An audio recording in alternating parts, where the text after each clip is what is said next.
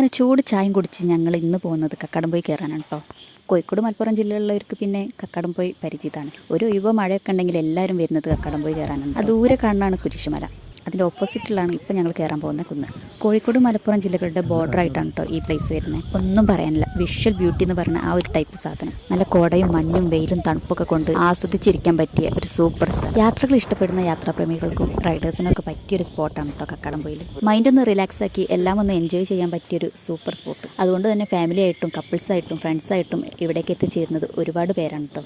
കുരിശുമലയ്ക്ക് കയറുന്നേക്കാളും ടാസ്ക്കാണ് കേട്ടോ ഈ ഒരു മലയ്ക്ക് കയറാൻ. കുത്തനെയുള്ള കയറ്റത്തിൽ വളരെ ബുദ്ധിമുട്ടാണ് കയറാൻ കഴിയും. എന്നാലും അതൊന്നും വക വെക്കാതെ കുറേ പേരാണ് കയറി ചെല്ലുന്നവർ. എത്ര ടാസ്ക് പിടിച്ച് കയറിയാലും ഇവിടെ മുകളിലെത്തുമ്പോൾ നമുക്ക് കിട്ടുന്ന ഒരു ഫീൽ ഉണ്ട്. സ്വർക്കം കണ്ട ഫീൽ എന്നൊക്കെ പറയില്ലേ, അതുപോലെ. മെയിൻ റോഡിൽ നിന്ന് മലയുടെ താഴെ വരെ ജീപ്പ് സർവീസ് ഉണ്ട്. തിരിച്ചിറങ്ങിയപ്പം വീട്ടിൽ പോകുന്നവരെ തിരക്കും പിന്നെ ഇങ്ങനത്തെ ജീപ്പ് ഷോക്ക് ഉണ്ടായിരുന്നു. വേറെ പല സ്പോട്ടിലേക്കും പോകാനുള്ള വഴിയൊക്കെ നമുക്ക് കക്കാടംപൊയിലേക്ക് പോകുമ്പോൾ കാണാം. കക്കാടംപൊയിക്ക് പോകുന്ന ആ വഴിയിൽ തന്നെ നമുക്ക് ഇങ്ങനെ ഒരു വെള്ളച്ചാട്ടം കാണാം. പോകുന്നവരെന്തായാലും വെള്ളം കുപ്പിയൊക്കെ കൈ കരുതാം. അവിടെ പ്ലാസ്റ്റിക് ഇടുന്ന മാക്സിമം ഒഴിവാക്കുക. ഞങ്ങളെല്ലാവരും ഉച്ചയ്ക്കാണ് മല കയറാൻ പോയത്. അപ്പോൾ തിരിച്ചിറങ്ങിയപ്പോൾ നല്ല വിശപ്പുണ്ടായിരുന്നു. അപ്പോൾ അരി കൂടെ ഇറങ്ങി നല്ലൊരു പീസും ചോറും പാസ്സാക്കി. അപ്പോൾ വിശപ്പോടായാലും കക്കാടംപൊയിൽ കയറാൻ പോകണ്ട കേട്ടോ.